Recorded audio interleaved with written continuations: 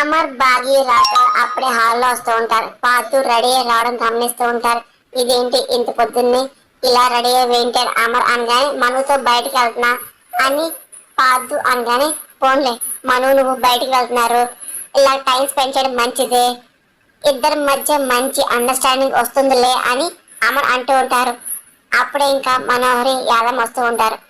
ఏంటి నువ్వు పాదితో బయటికి వెళ్తున్నావు అంట కదా, కంగ్రాట్స్, పెళ్లికి ముందు ఇలా స్పెండ్ చేయడం ఇద్దరికి మంచిది అని అమర్ అనగానే ఎన్నో పెళ్లి సార్ అని రాత అనమాట. ఒక్కసారిగా అమర్ యాదమ్మ మనోహరి పాదు షాక్ అవుతుంటారు. ఇంకా పాదు చాలా కోపం వస్తుంది.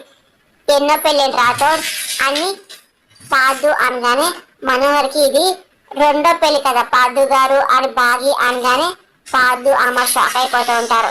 ఇంకా మనోహరికి ఏం అర్థం కాదు, టెన్షన్ తో అదే పని అమ్మని పాదు చూస్తూ ఉంటుంది.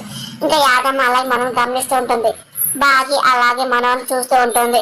ఇంకా పాదు అమర్ ఒకరికి చూసుకొని మనోహర్ని చాలా కోపంగా చూస్తూ ఉంటారు. మనోహర్ చాలా టెన్షన్ పడిపోతూ ఉంటుంది.